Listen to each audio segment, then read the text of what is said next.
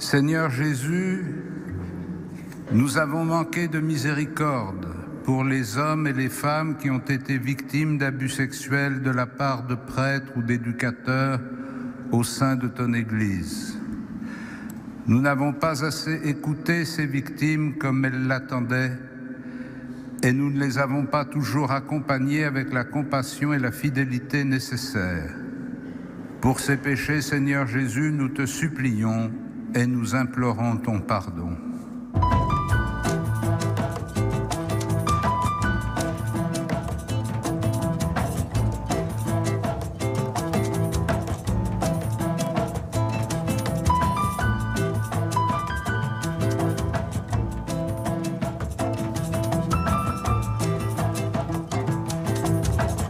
Extrait d'une messe donnée pour les victimes, c'était en 2016 à l'initiative du pape à Lourdes. Avant de retrouver comme un jeudi sur deux le rendez-vous de la médiatrice dans l'actualité des idées aujourd'hui, le procès Barbarin est-il aussi celui de l'Église? Un procès qui s'est ouvert lundi au tribunal correctionnel de Lyon. L'archevêque de Lyon y comparaît pour non-dénonciation d'agression sexuelle sur mineurs dans l'affaire du père Prénat. Une première. Elle publie « Qu'avez-vous fait de Jésus ?» chez Albin Michel, un livre où elle interpelle les responsables de l'Église catholique sur les dysfonctionnements et le désastre moral que ces scandales révèlent et leur demande de réagir. Directrice de témoignages chrétiens, notre invitée Christine Pedotti est aussi à l'initiative d'un appel lancé en septembre dernier demandant la création d'une commission parlementaire qui ferait toute la transparence nécessaire sur les crimes de pédophilie et leur dissimulation par l'Église catholique. Une proposition parlementaire en ce sens n'a déjà pas abouti. La conférence des évêques de France a choisi, rappelons-le de son côté, de monter sa propre commission indépendante. Christine Pedotti, bonjour. Bonjour. Vous êtes journaliste, pas chroniqueuse judiciaire. Néanmoins, on imagine que vous avez suivi de près le procès dit Barbarin, procès en cours qui s'est ouvert depuis lundi à Lyon. Quelle portée symbolique ou juridique lui accordez-vous? En attendez-vous? Je dois dire que les jours passant, je suis de plus en plus attristée par ce qui se passe. Au fond, il se passe un théâtre judiciaire très ordinaire. Les avocats font leur boulot, ils plaident, etc. Et je me dis, mais est-ce que c'est très chrétien, toute cette affaire? Je veux dire, le cardinal Barbarin, est-ce qu'il est légitime, moral, que, au fond, il permette à ses avocats de traiter l'affaire comme n'importe quelle affaire judiciaire? C'est ça qui me travaille depuis le début de cette affaire-là. Il s'est mis à genoux, le cardinal Barbarin. Pardon. La formule que vous avez eue, est-ce que c'est très chrétien? C'est pas ce qu'on attend d'un procès pénal dans un tribunal correctionnel. C'est quand même ce qu'on attend d'un cardinal archevêque catholique. C'est ce qu'on est en droit d'attendre de lui. Au fond, peut-être que ce procès aurait pu être un témoignage fort de ce que c'est qu'un acte chrétien. Ce cardinal-là, le cardinal Barbarin, s'était mis à genoux dans une église pour dire qu'il était responsable, pour demander pardon. Et là, en fait, il fait parler ses avocats et il se défend devant la justice des hommes. Alors on peut dire, il y a la justice des hommes d'un côté et ce qui se passe dans une église de l'autre. Mais un chrétien, ça n'est pas un homme clivé, ça n'est pas un homme partagé, ça n'est pas un homme qui a une parole devant la justice et une autre parole dans une église. Et au fond, moi, je suis dans un grand trouble devant ce que je vois de ce procès. Pourtant, c'est l'idée qu'il défend quand il dit « je n'ai qu'un seul juge, qui est le Seigneur ». Oui, mais justement, peut-être que là, il y avait une circonstance pour porter un témoignage de ce que c'est que la responsabilité d'un homme d'église. En tous les cas, je me pose la question. Je suis très troublée par les arguties judiciaires, c'est-à-dire l'irrecevabilité qui a été plaidée dès le premier jour, et puis la disqualification des plaignants, où on les a accusés de chercher une sorte de quart d'heure warolien. Comment est-ce qu'on peut oser, quand on est un avocat, d'un évêque, prétendent que le plaignant cherche un quart d'heure de gloire médiatique alors qu'il a été violé par un prêtre quand il avait 12 ans. Enfin, je veux dire, tout ça est juste dégoûtant. En même temps, tout ça, alors c'est juridiquement, ils ont le droit. Ils ont le droit. Et on est dans un état de droit, et c'est le même droit qui s'applique à tous. Fait. Il faut juste un mot sur cette procédure qui est quand même très particulière, pardon, et juste pour expliquer à ceux qui nous écoutent, hier, aucune condamnation n'a été requise au cours de ce procès. Cette position du parquet va dans le sens du droit et de la logique du classement sans suite qui avait été décidé à l'été 2016, après l'enquête parlementaire. Il y a, et on va en reparler, il est beaucoup question ici de prescription des faits.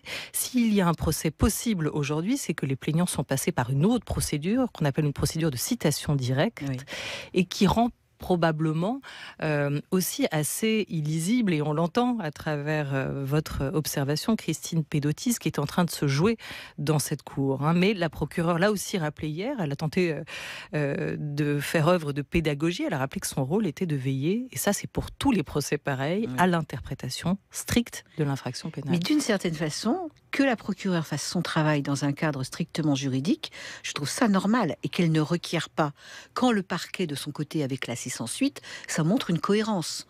Donc, au fond, ce n'est pas ça que je juge. Moi, je m'interroge sur la position de témoin qu'a le cardinal Barbarin, et ceux qui sont autour, mais lui principalement. Je veux dire, il est supposé être chrétien, il est supposé donner rendre témoignage.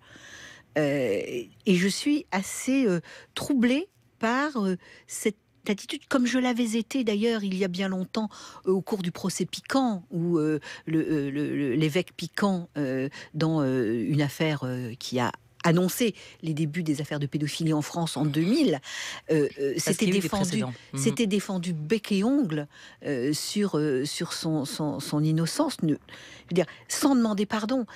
Et au fond, il me semble que il y a là une responsabilité morale, spirituelle même, qui moi, m'interpelle. Donc vous attendiez de lui qu'il aille plus loin, qu'il y ait un mea culpa clairement formulé, voire qu'il plaide coupable. En fait, je pense qu'en l'occurrence, il aurait été judicieux de faire le distinguo entre être coupable et être responsable.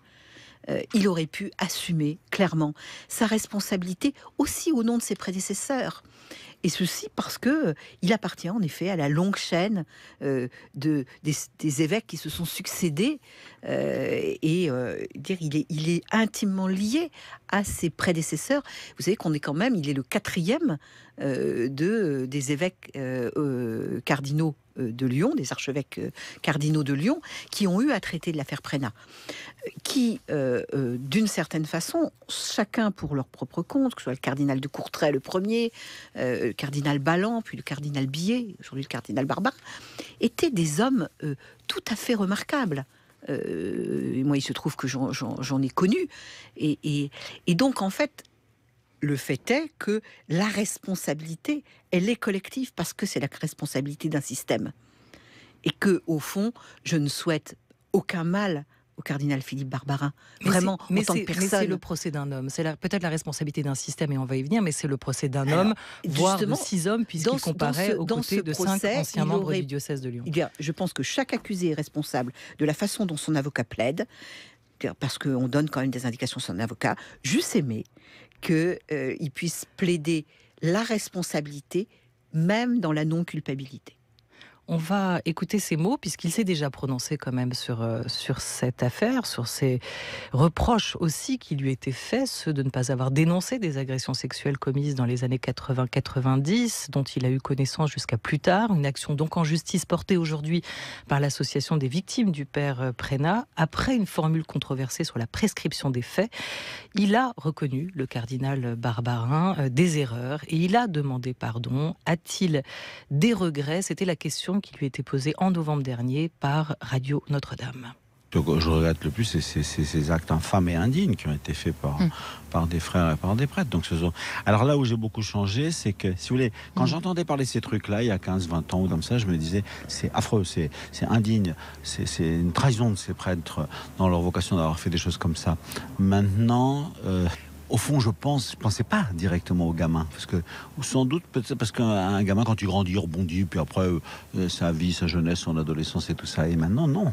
Maintenant, comme je les ai écoutés beaucoup, très nombreux et très longtemps, et vraiment des victimes tous azimuts, des garçons, des filles, des gens qui ont 30, 40 ans, etc. Et même aussi, j'ai beaucoup lu, j'en ai lu beaucoup et rencontré des quantités. Et je me suis aperçu, c'est une destruction profonde de ces personnes. Et que ça, c'est épouvantable de voir des vies de gens qui ont maintenant 40 et 50 ans et qui sont détruites intérieurement parce que jamais personne ne les a compris, ne les a écoutés en profondeur et tout et tout. Et même chez leurs proches, les réflexions qu'ils recevaient les blessaient encore plus, quoi. Donc ça, c'est vraiment le fait de les avoir accueillis qui m'a complètement transformé. Et ça, c'est vraiment quelque chose dont maintenant, j'espère, tout le monde a pris conscience. Vous qui appelez Christine Pedotti dans votre ouvrage, qu'avez-vous fait de Jésus à une prise de conscience, à une reconnaissance aussi des crimes commis et du mal que ça a pu faire aux victimes? Est-ce que vous entendez dans ces mots un début de prise de conscience, oui. Alors, voire plus? Vraiment, moi j'ai essayé de comprendre pourquoi ils n'avaient pas compris. Parce que finalement, depuis la lettre du 20 août du pape François, les responsables, les divers évêques se sont exprimés. Beaucoup d'évêques se sont exprimés et de divers responsables d'église. Et finalement, ils ont tous dit ce que le cardinal Barbarin vient de dire. On ne savait pas, on ne se rendait pas compte. Je me suis dit, mais comment c'est possible que ces hommes-là aient pu ne pas comprendre ce que ça pouvait faire à un enfant d'être violé par un homme adulte? Ça m'a sidéré. Je me dis, comment ça peut ne pas rentrer dans leur tête? Comment ils peuvent ne pas comprendre? L'atteinte au corps, dit c'est un enfant, il rebondira, etc. Ils vivent dans le même monde que moi. On est en 2019 pour tout le monde. Comment c'est possible? Et j'ai été regarder de près ce qui était dit autour de la sexualité dans l'Église catholique, ce qui était dit autour de l'atteinte, le viol et tout. Et j'ai découvert qu'en fait, on parlait du viol de la chasteté, du viol de la charité, à propos du viol, à propos des atteintes, etc. C'est-à-dire qu'en fait, on s'intéresse aux choses du point de vue du coupable qui viole une idée, et pas du point de vue de la victime dont le corps est violé. Vous voyez à quel point c'est différent.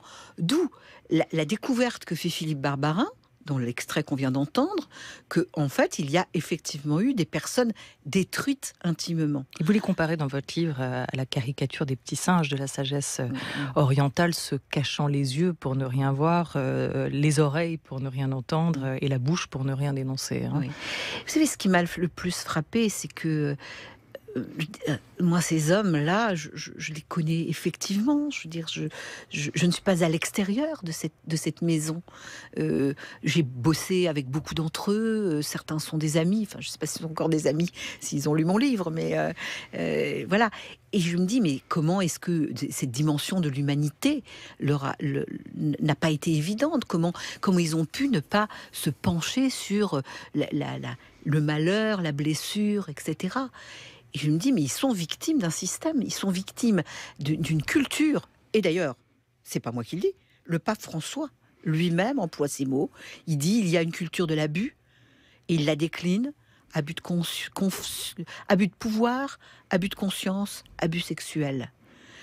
Eh bien, face à cette culture de l'abus, il faut faire une révolution culturelle, parce que on voit que, au fond, c'est cette culture-là qui les rend incapables de comprendre ce qui est en jeu. Et pour moi, c'est extrêmement grave, parce qu'on est dans un système de contre-témoignage qui est épouvantable, parce que ça n'est pas la même chose quand c'est un prêtre ou un évêque qui ne comprend pas ce qui se passe quand un enfant est violé, quand un corps est atteint, que lorsque c'est, je dirais, un professeur d'équitation. Enfin, c'est pas la même chose, parce que eux se targuent de savoir ce que c'est que l'humanité et de nous dire quelque chose pour que nous sauvions notre humanité. Si ceux dont la charge est de dire quelque chose qui sauve l'humanité et qu'ils ne comprennent pas ce b.a.-ba là, nous avons un très très grave problème. Et vous l'écrivez, tous ces hommes, prêtres jusqu'à cardinaux, ne sont pas forcément des mauvaises personnes. Et vous le dites vous-même, ce ne sont pas tant des hommes que vous jugez, vous, mais un système, le système qui a aussi pu produire ce silence. Dans ce cas-là, est-ce que vous comprenez aussi, et j'en reviens à lui, la réaction de Monseigneur Barbarin lorsqu'il dit à la veille du procès, j'ai mis en œuvre ce qui m'avait été dit par Rome. Après, tout le monde est tombé sur moi. Est-ce qu'on cherche à travers lui aussi, en mettant sur ce procès et l'attente qu'on peut avoir en lui en termes de libération de la parole, une certaine pression médiatique aussi, est-ce qu'on n'est pas en train de chercher un coupable, alors que c'est le système tout entier qu'il faudrait juger aujourd'hui? En l'occurrence, on ne peut pas avoir le beurre et l'argent du beurre. C'est-à-dire que Philippe Barbarin, il est cardinal archevêque de Lyon, il est primat des Gaules. C'est donc, en termes de hiérarchie, la première ou la deuxième personnalité religieuse en France, dans le monde catholique. Donc forcément, sur ses épaules pèse un poids symbolique bien supérieur à l'homme Philippe Barbarin lui-même. Donc, on ne peut pas se dépouiller de ça. Je veux dire, il a revêtu la pourpre, je veux dire, ce rôle. Il est un des conseillers du pape. Donc, c'est ça, un cardinal, hein, c'est un conseiller du pape. Donc, au fond, c'est assez naturel que il porte plus que sa responsabilité humaine personnelle. Il est le représentant de la hiérarchie catholique en France à un très haut niveau. Donc il ne peut pas à un moment avoir cette responsabilité et à un autre dire « je ne suis que le citoyen Barbarin ». Voilà, c'est cette dualité qui est là. Moi, je lui demande en plus une autre chose, parce que je suis une chrétienne, je lui demande de se comporter dans une responsabilité de chrétien. Et c'est là toute l'ambiguïté et l'ambivalence de ce procès Christine Pedotti. Ce n'est pas le procès d'ailleurs des faits, hein, rappelons-le, des crimes sexuels, mais celui de la non-dénonciation de ces faits. Et aussi, pour vous, celui des silences de l'Église, hein, pour reprendre le sous-titre de votre essai. Coupable au sens probablement moral du terme, mais le sont-ils au sens juridique, en termes juridiques, ces silences? Alors, je veux dire, dans l'affaire Barbarin, la justice va dire, enfin, il y a effectivement des faits qui sont prescrits, donc il va bénéficier de la prescription. Et puis, il y a l'indétermination de savoir s'il aurait dû agir, etc. Alors, j'ai envie de dire, peut-être qu'il va s'en tirer juridiquement, mais à quel coût? C'est une chose terrible. Alors, c'est quand même le troisième évêque en France qui est devant la justice pour de tels faits. Moi, je souhaite surtout très vivement que, d'abord, ça alerte tout le monde, tous les responsables, qui sachent que désormais la dénonciation est de droit. Hein. D'ailleurs, le cardinal, Joseph Ratzinger, devenu le pape Benoît XVI, l'a rappelé en 2011. Hein, ces affaires-là passent dans les mains de la justice civile, et donc la dénonciation doit être de fait. J'espère que ça aura un caractère pédagogique pour eux, pour le moins. Et puis j'aimerais qu'ils prennent aussi la mesure de la responsabilité qu'ils ont du point de vue de la crédibilité du message chrétien. J'aimerais qu'on reste sur ce moment, sur ce qui est en train de se jouer aujourd'hui. Comprendre aussi si on est dans un moment de rupture, de changement profond et de remise en question, en repartant, si vous le voulez bien, des témoignages d'hommes victimes de pédophilie des prêtres, extrait d'un documentaire diffusé en 2017 sur France 3, Pédophilie, un silence de cathédrale. J'avais 8 ans et demi quand le père Bernard Prenat a commencé à abuser de moi jusqu'à mes 10 ans passés à Sainte-Foy-les-Lyons. Il m'emmène dans son bureau qui était situé un petit peu sous le clocher, donc on monte un escalier un peu sombre. J'étais pas très rassuré parce qu'on se retrouvait un peu à l'écart des gens, mais à cette époque-là, j'avais aucun doute, quoi. Je suis un prêtre, un chef, donc bon.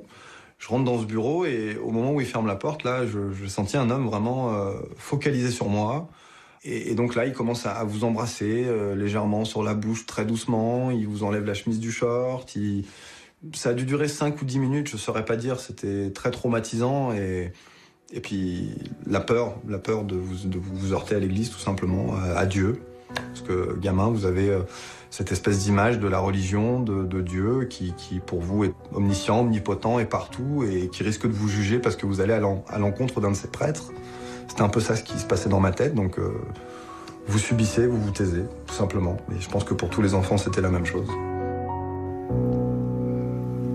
Là, on entend ce qui relève presque, Christine Pedotti, d'un abus d'autorité. Vous évoquiez cette figure en estimant que là, le cas est quand même très particulier, celui des hommes d'église, avec toute la charge morale que vous attribuez, vous aussi, et charge chrétienne à cette fonction.